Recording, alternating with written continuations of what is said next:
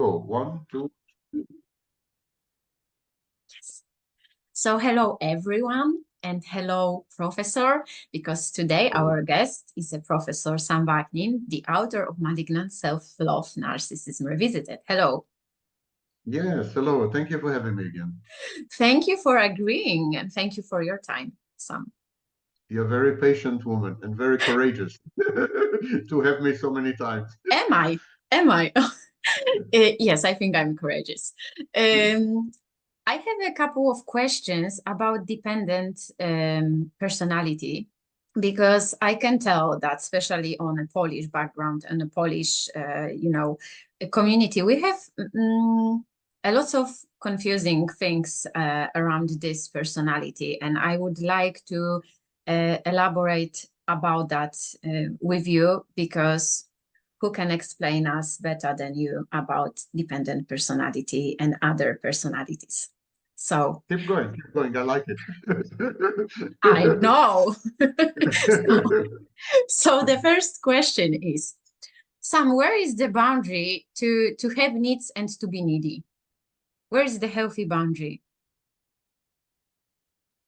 Well, uh, the codependent regulates her internal environment through the partner. This is known as external regulation. External regulation means that the emotions of the codependent, the moods of the codependent, and sometimes the thoughts, the thinking, the cognitions of the codependent depend critically on input from the intimate partner. Mm-hmm. And this is a pathology. Our internal world should not be determined by outside people, by external people. The codependent seeks to merge or to fuse or to become one, to create a symbiosis with the Mm-hmm. intimate partner, because that way she can outsource what we call ego functions to the intimate partner. The intimate partner becomes her ego. The intimate partner becomes a substitute for self. So it's as if she deactivates herself, she disables her ego, and from that moment on, the intimate partner becomes her ego, becomes herself. Yeah. And but to accomplish this, she needs to grant the intimate partner total access to her mind, to her emotions, to her Mm-hmm. moods, and so on and so forth. And she needs to give the intimate partner total power over her. So Mm-hmm. it's a position of complete submissiveness, utter, complete domination by the Mm-hmm. intimate partner, even when the intimate partner is healthy, not an abuser. Even then, the codependent forces her intimate partner to take over, to possess her, to own her. So this is the first thing that separates having needs, which is legitimate, from being needy or being clingy, this external regulation. The outsourcing of ego functions means that the intimate partner fulfills all the psychological processes that normally happen internally in healthy people. So, for example, reality testing. Reality testing is an ego function. Mm-hmm. Our ability to perceive reality appropriately, to evaluate it correctly, and to act in reality and on reality in a way that yields outcomes and results beneficial to us. This is known as self-efficacy. These are known together as reality testing. And the codependent, her reality testing is through the partner. So Mm-hmm. the codependent views reality, evaluates reality, and acts in reality through the partner. The codependent is likely to ask the partner, is it true? Is this real? Do you think I should believe this? Do you think I should trust him? Do you think so? The judgment of the partner substitutes for the judgment of the codependent. And that's an example of outsourcing of ego functions. The codependent lives through the partner. She has a kind of vicarious life. Her life is through the partner. Only when she is with someone, she feels alive. Okay. When the codependent is alone, when the codependent is single, she feels dead. That's why she's depressed, she's dysfunctional. And so a codependent cannot stand being alone. She cannot stand solitude. And she lives her life through the agency of the intimate partner. And also, she loves herself through the partner's eyes. She loves herself through the partner's gaze. She sees herself in the partner's eyes, in the partner's gaze, and she falls in love with herself through his gaze, through his eyes. To summarize this very long answer, the codependent is, as the name implies, dependent, whereas a healthy person is not dependent. A healthy person is independent. A healthy person regulates his or her internal environment alone. A healthy person is capable of being in solitude, being solitary without any problem. A healthy person judges reality by himself or herself. The codependent cannot do any of these things. She is like an extension of the intimate partner. She is a reflection of the intimate partner. She suspends her existence and her life and her autonomy, personal autonomy, and her independence and her agency. She suspends all this. The minute she is with someone, she is a reflection. She is a shadow. She is no longer fully functional as a human being. Okay. Thank you for this answer, even if it's long, we need it, definitely. My second question is, what does the internal dialogue of a dependent person look like? How does she see herself? You already answered that, right, through the guise of a partner, but how does the internal dialogue look like? That's a very interesting question, actually. First of all, we must make a distinction. Codependent is not a clinical term. Oh, yes. It's a popular term. It's like psychopath or sociopath. These are not clinical terms. And of course, empath, the nonsensical empath. But this is not a clinical term. The clinical term is someone with dependent personality disorder, which is a personality disorder in the Diagnostic and Statistical Manual. And there is an equivalent in the ICD-11. So someone with dependent personality disorder, it's not a question of being dependent on someone to do something for you.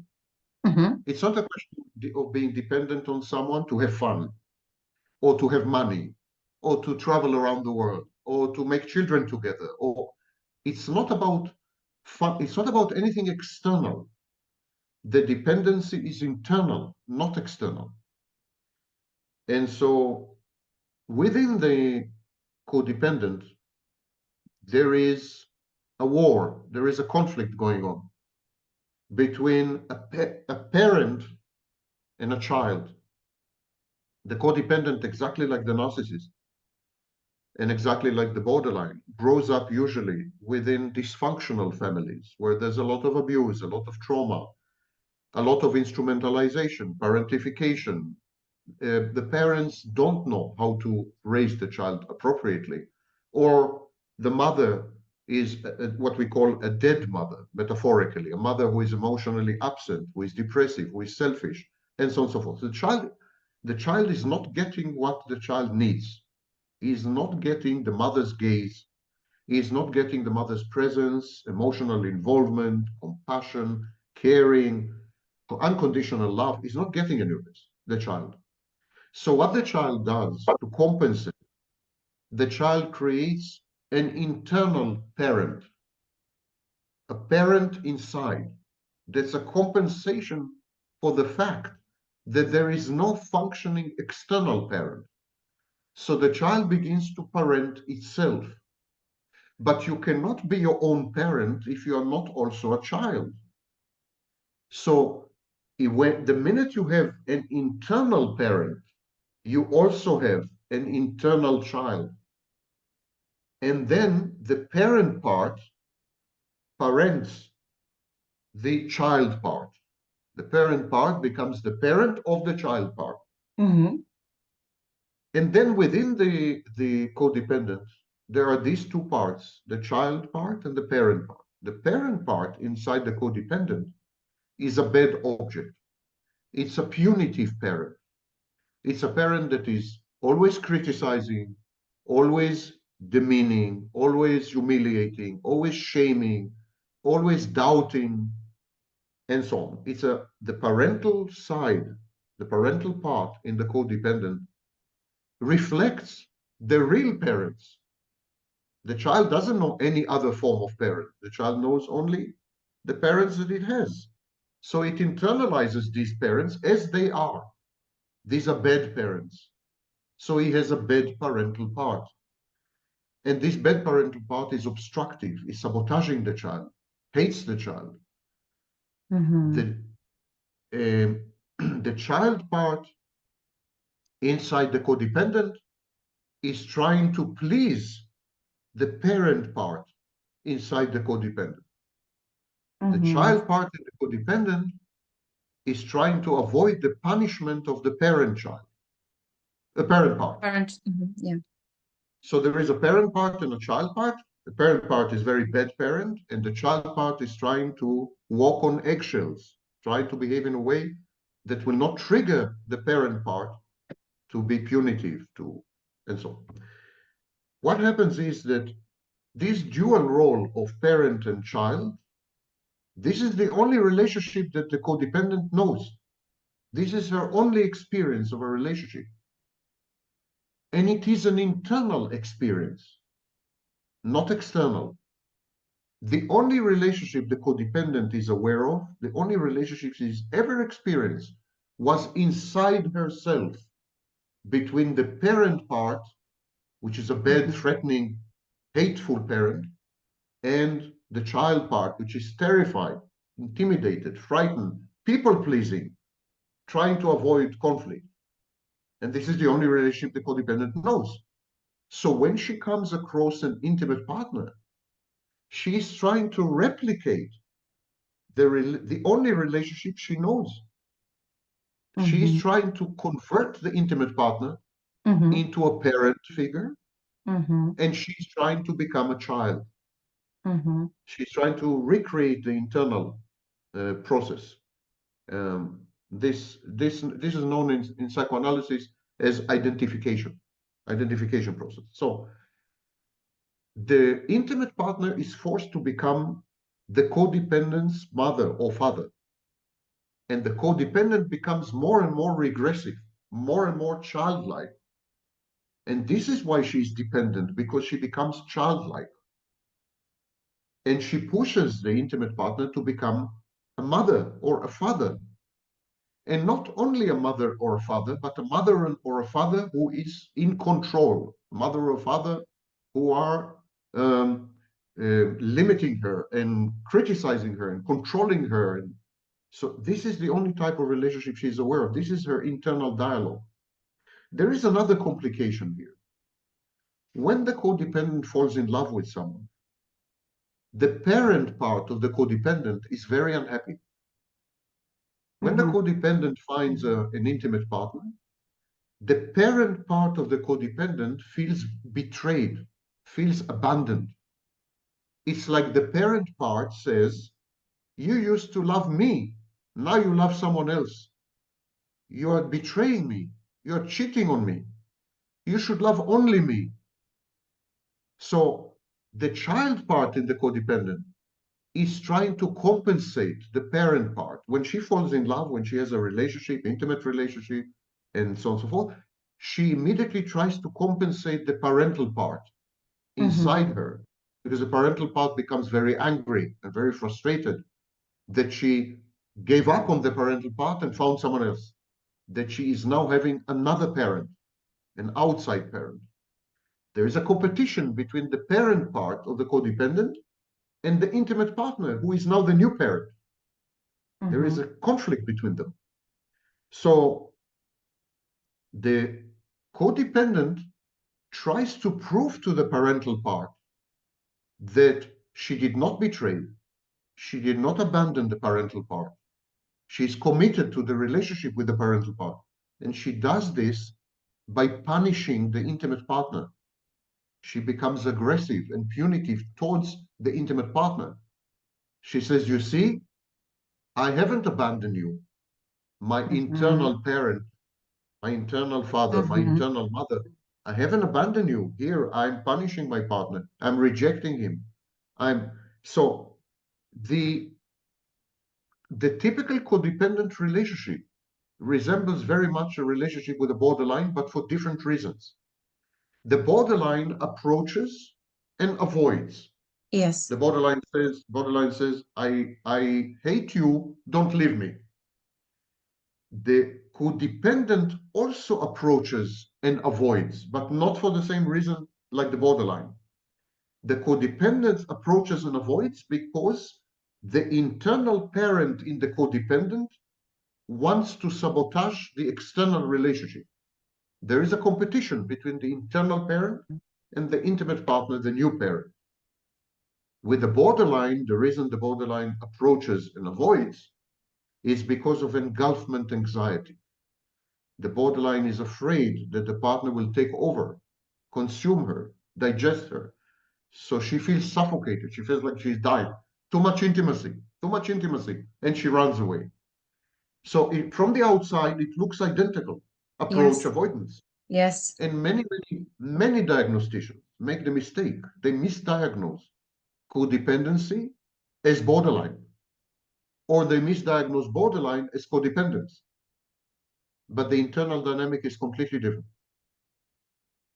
I do agree. I can see this during the session with clients, and this inner dialogue of a dependent person. It's so difficult. I can tell how much energy they can they losing to cope with this, especially when the conflict is between the inner parent and the partner. It's really difficult, and that's why I have also another question, because I think that can be the reason why it's so difficult for a dependent person to try new things, to do new projects, to do something just new, to set a little bit higher goal, because I can tell that it's really difficult for this personality to do the things.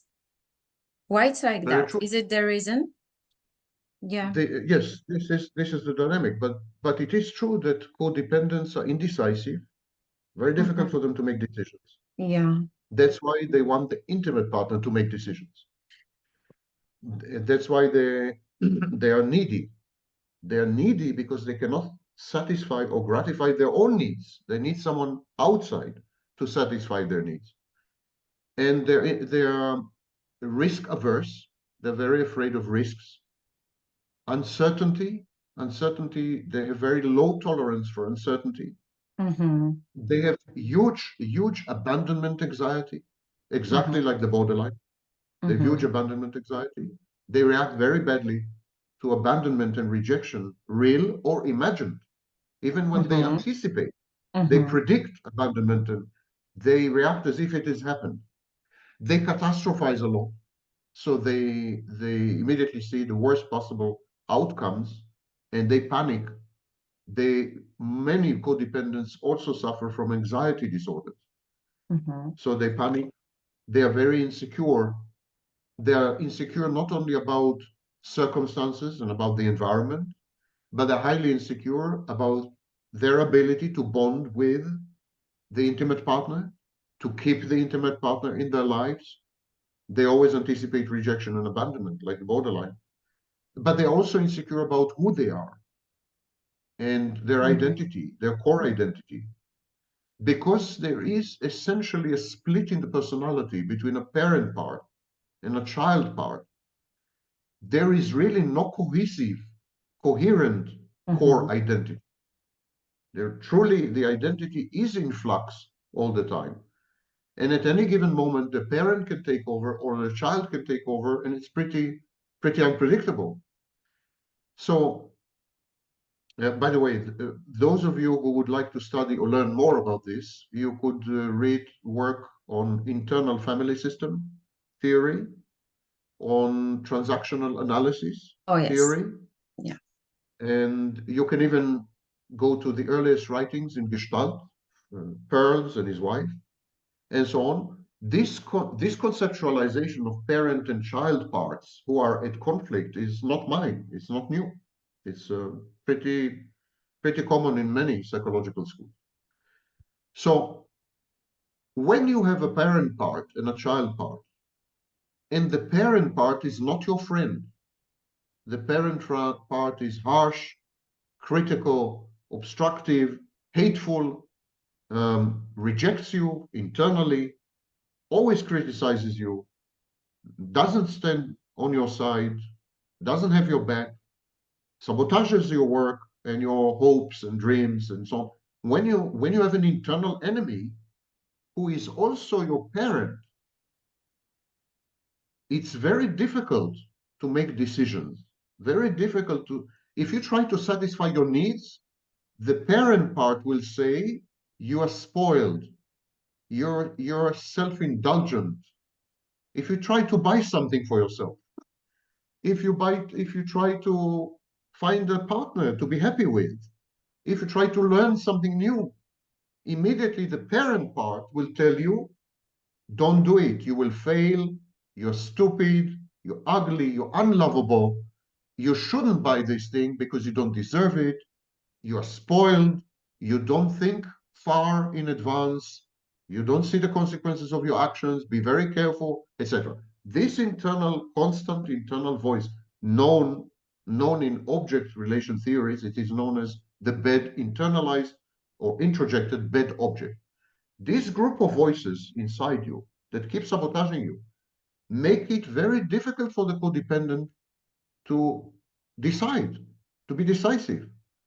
Make it difficult for her to cater to her own needs, make it difficult for her to love herself. And so this is one part. The second part is the child. The codependent can either be the hateful parent or the helpless child. These are the two modes of the codependent. Sometimes she's a hateful parent, and sometimes she's a helpless child. Of course, a helpless child should not make decisions. Mm-hmm. A helpless child doesn't know what is good for it. A helpless child should rely on others, for example, on the intimate partner, to tell them what is real and what is not, what is good and what is not, what is right and what is wrong. So both parts of the codependent paralyze her. They simply paralyze her. They don't allow her to exist independently, only through someone else. And even when she finds someone else, the parent part is very unhappy because the parent part wants the codependent to be dependent. The parent part wants the codependent to be dependent on the parent part. So the parent part is very unhappy when there is an intimate partner who loves the codependent and helps her, because that means the codependent is no longer dependent on the parent part. This is very important to understand, and I will finish this answer. The dependency of the codependent is not so much on outside people. The dependency of the codependent is on the internal dynamic between a hateful parent and a helpless child. She Mm-hmm. depends on this dynamic. What she does is she externalizes this dynamic. She simply externalizes it, like she externalizes everything else. She externalizes ego functions. So she externalizes this dynamic and imposes it or superimposes it on an intimate partner. Now she says, this internal dynamic will become external. You will be the parent, I will be the child. I will be helpless, I will be needy, I will be clinging. And because I'm helpless and needy and clinging, you will serve my needs. You will cater to my needs. We call this phenomenon control from the bottom. Mm-hmm. The codependent controls her intimate partner via emotional blackmail. Oh, yes. She comes to the intimate partner and she says, I can't live without you. If you go away, I'll commit suicide. I will die. Or she tells the intimate partner, I am so helpless. I don't know how to do this. Only you can do this for me. So this is emotional blackmail.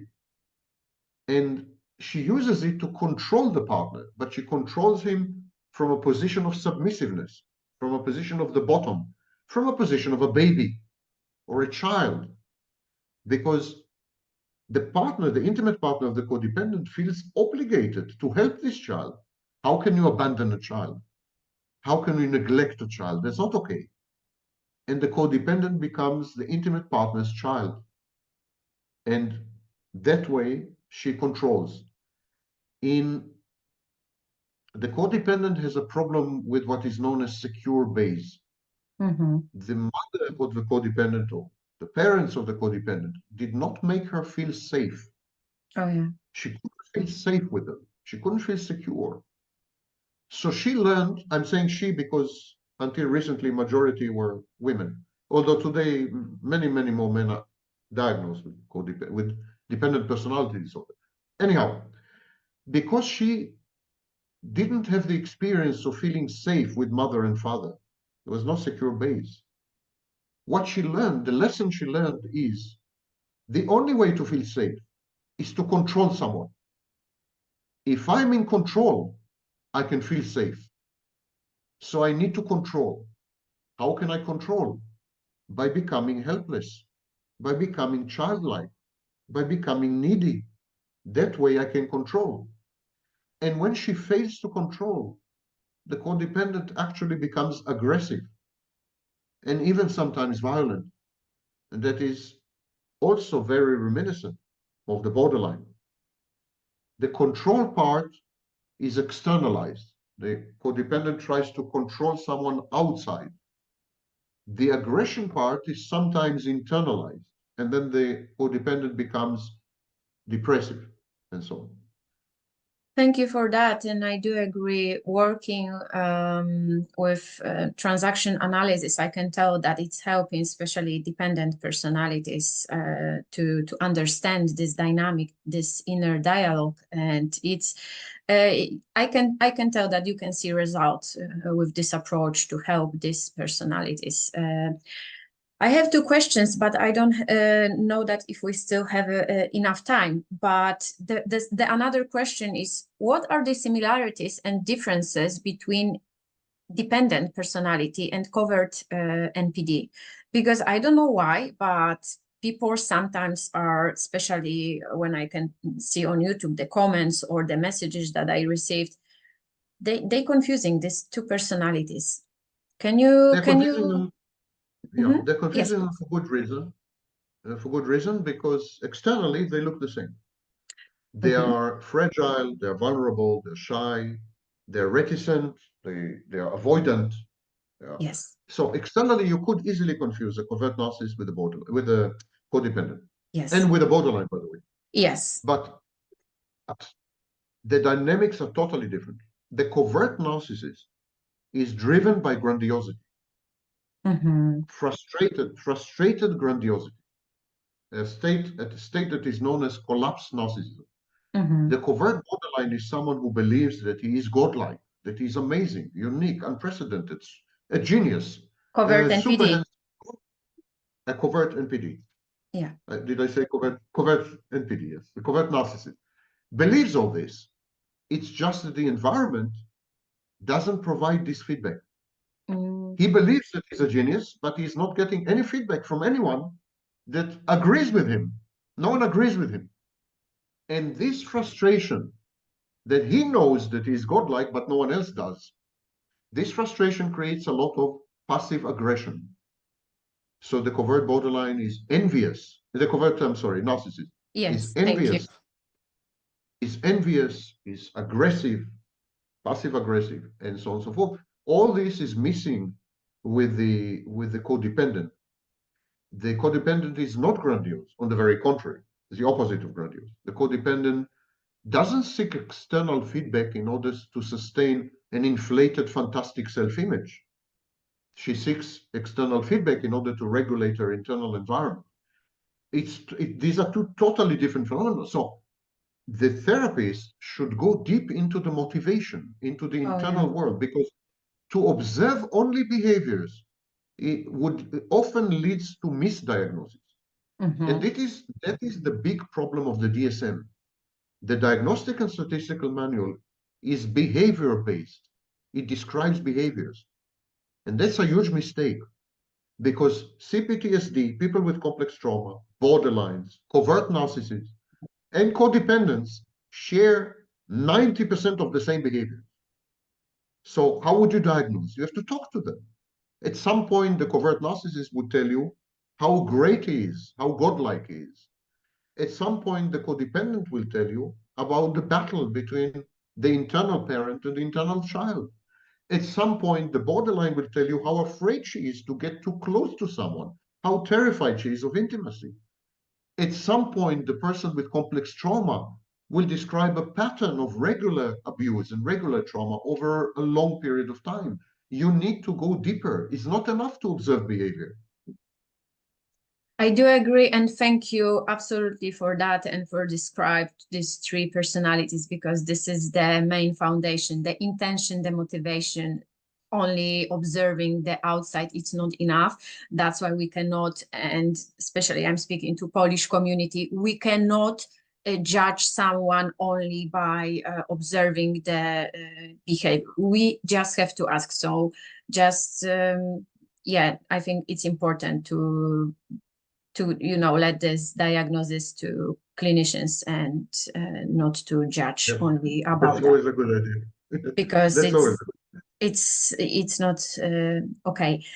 Maybe yeah, we can make it. How can people with this personality dependent can help themselves, or how can they cope with this? only therapy. Only therapy, Uh, right? only therapy. Because each time they enter an intimate relationship, they're triggered. Codependency becomes worse with time. The more intimate relationships you have, the worse the codependency becomes because many of these relationships end in trauma. So the trauma creates even worse codependency. It's the same dynamic in borderline, same dynamic in narcissism. People need to stop diagnosing other people if they are not qualified to do so.